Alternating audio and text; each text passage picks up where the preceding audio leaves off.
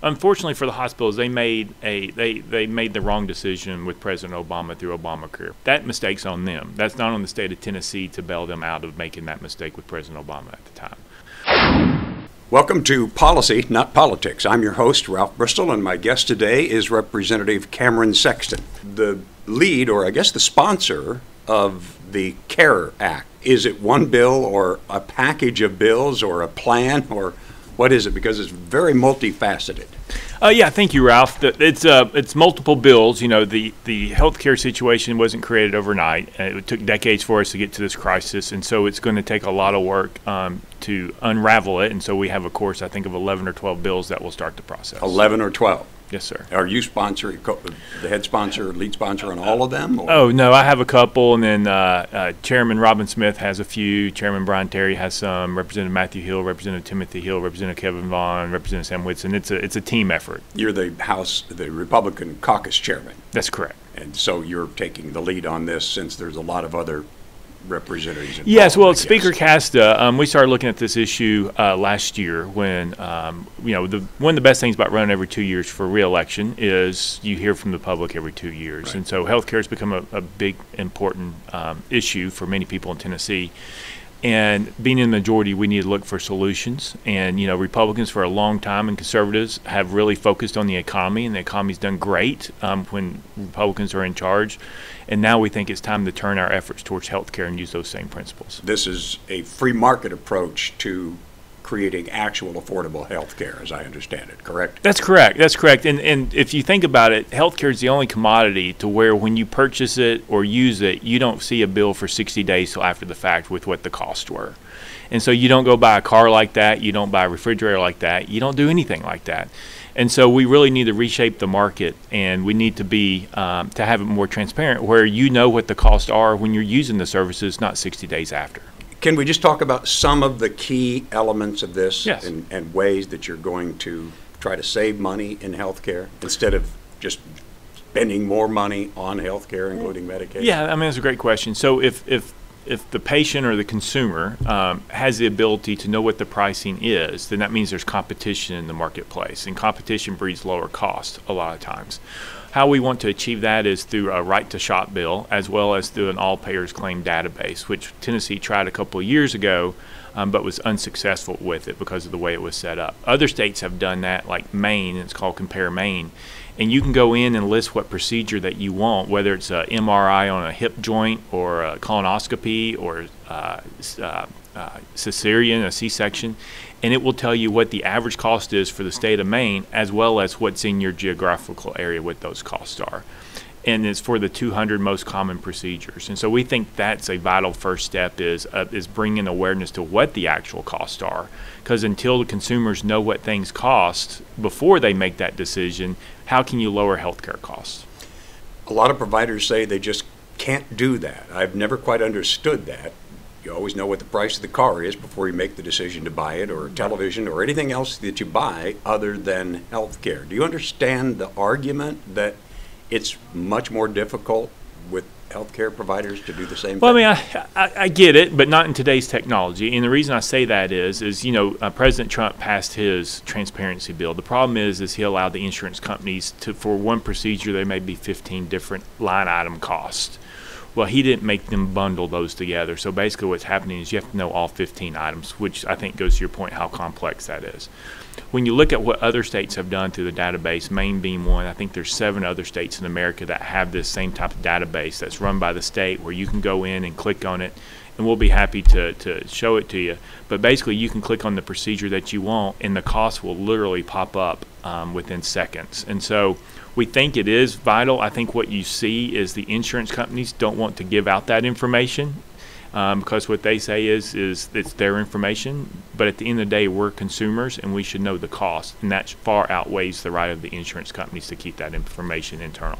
Does any part of this bill put more of the cost on the consumer, more skin in the game, if you will, on the consumer. Well, I don't think it puts more cost on them. I think it holds them more accountable as well for their health care costs, because right now there's no accountability on a consumer, except if you go to the emergency room instead of going to a walk-in clinic when you're sick, because those are higher costs, and that's what happens a lot. But if we're using this database and you can search for what in your area has the lowest cost, then you can make a decision based on cost and quality. Because as that example, when you buy a car, there's a difference between buying a Ford Focus and buying a Lexus. And so you expect different things depending on how much you're willing to pay for that car. Healthcare should be no different. If you want to pay low cost, then you understand that there may not be the best quality. And if you're paying a higher cost, then you're looking to see if that's a higher quality. And the consumer is then in charge of their healthcare decisions to where they determine what they want to pay based on the quality that they think they want. Healthcare consumers have long been in a system where a third-party payer pays most of the cost. They haven't had to be consumers. They have no experience in being healthcare consumers. Are the people of Tennessee capable of becoming the person who decides whether that's a good value or not? I think so. I mean, I think it is over time. They make those decisions every day in everything else that they do in life. When they build a house and they pick a contractor, or they buy a house and the real estate agent's telling them all about the house, on what they can afford or not afford, when they're determining what mortgage they pay. So I think consumers are doing it on a daily basis all over the place. It's just we have to now get it into the healthcare marketplace. And what I will say is, when you look at healthcare right now in the state of Tennessee or in America, and you're looking at it as a wheel, the insurance company is the center of that wheel, and everybody else is on the outside of that wheel, which means the insurance is making all those decisions for you, which is fine, but you have to also understand they're doing it to look at it from a profit motivation. What we want to do is replace the insurance company with the patient and the provider and put them in the middle of that wheel and allow all those other entities to be outside, because that allows the patient to now be in charge of their health care. Governor Lee was challenged during the election to support the expansion of Medicaid. He said no, that the key to making health care affordable is actually to lower the cost of health care rather than bringing in yet more government money to spend on Medicaid specifically. I assume you agree with that. Is this going to accomplish savings so that perhaps we can cover more people with Medicaid without spending more taxpayer dollars, either state or federal? I mean, it very well could be. You know, the other thing we're looking at, Representative Timothy Hill, as part of this package, has a bill that would ask the federal government to allow us to do a block grant waiver for our teen care program. The Trump administration has indicated through Senator Blackburn that they're willing to do pilots in various states to see how effective that will be. So we're hopeful of that opportunity, which if we had more control, which we don't of right now in teen care, we're hoping that if we can design the program to what best fits Tennessee, because we have a higher diabetes rate and different obesity than other states, then we can design a program where we can save some additional money. And what that will do is then we can use that to enhance services, whether it's mental health or whatever, or maybe add additional people on if that's what we decide to do, or return or restore the provider cuts. But what I will tell you about Medicare expansion is, if you go back and listen to the Ronald Reagan speech of 5 decades ago, what he said was, socialism is alive in America. What the socialists are going to do is incrementally move in socialism through medicine in the disguise of liberalism.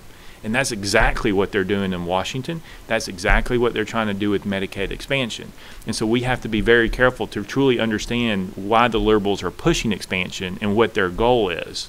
And that's why us as Republicans and conservatives have to use the same philosophies we used in the economies for decades since Ronald Reagan and put them in the healthcare market. The hospitals seem to be on their side, because Governor Haslam faced great pressure from the hospitals to accept the expansion of Medicaid, because it meant another, $1.4 billion coming into the state of Tennessee to spend on health care providers.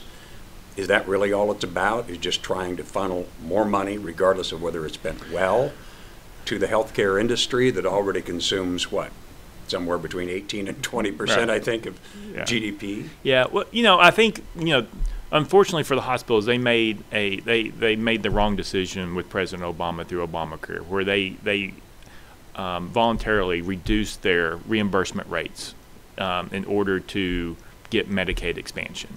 And so that mistake's on them. That's not on the state of Tennessee to bail them out of making that mistake with President Obama at the time.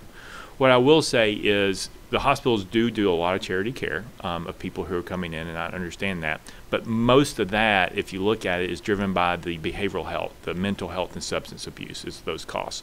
So can we do a better job of defining treatment programs to keep those people from going into the emergency rooms and have help? Yes. Does that mean we need Medicaid expansion? No, I don't think it does. But what I will say with hospitals is the number one big issue for hospitals, and I think if you ask a hospital which one would you rather have, I think I know what the answer is. It's, would you rather have Medicaid expansion, or would you rather be reimbursed on your Medicare program for dollar? Because right now in Tennessee, we get 30% of that. So they get reimbursement of 0.7 in some places in Tennessee, compared to other states like California who get a dollar for dollar match. And the question is, why does California get a dollar for dollar match? It's because it's based on the cost of living. So if you have a high tax state that doesn't control the budget, that doesn't do good for the people, you get rewarded under the Medicare program. It's totally backwards. We get penalized in the state of Tennessee because we have done a great job managing our budget and controlling our costs and keeping the cost of living low, which we take pride in. But the federal government says that we're bad for doing that and cuts our reimbursement. So the hospitals, in my opinion, if it was expansion or increasing their Medicare reimbursement rate, they would take Medicare reimbursement rate in 2 seconds. Why do the states get some of the Medicare payment? What role do the states play in delivering Medicare patients? Yeah, I mean, we don't really play much. We do more of the Medicaid, so the TennCare program. The Medicare is the over 65, which makes up the bulk of the population. And I can tell you with the rural hospitals struggling, it's just another approach to where liberals are using those to promote socialism or socialized medicine. Because rural hospitals, so if you have a hospital in Salina that's been making the news, their reimbursement rate for the same services is less than what you would get in Davidson County. So think about it from this way, is you already have Tennessee at a disadvantage because of our cost of living in hospitals. Then if you're in a big city, you get the better rate. But then if you're a rural hospital in a rural area where your patient population's less, where you have less physicians providing you services at the hospital, your reimbursement's less for the same procedure than Nashville. How is that fair? And so hospitals are struggling not because we didn't expand or because of Medicaid.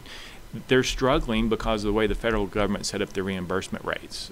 Tomorrow, in part 2 of my interview with Representative Cameron Sexton about the CARE Act, we discuss what the package of bills tries to do for rural hospitals, including relieving them of the Certificate of Need requirement and an incentive for more medical students to do their residency in Tennessee.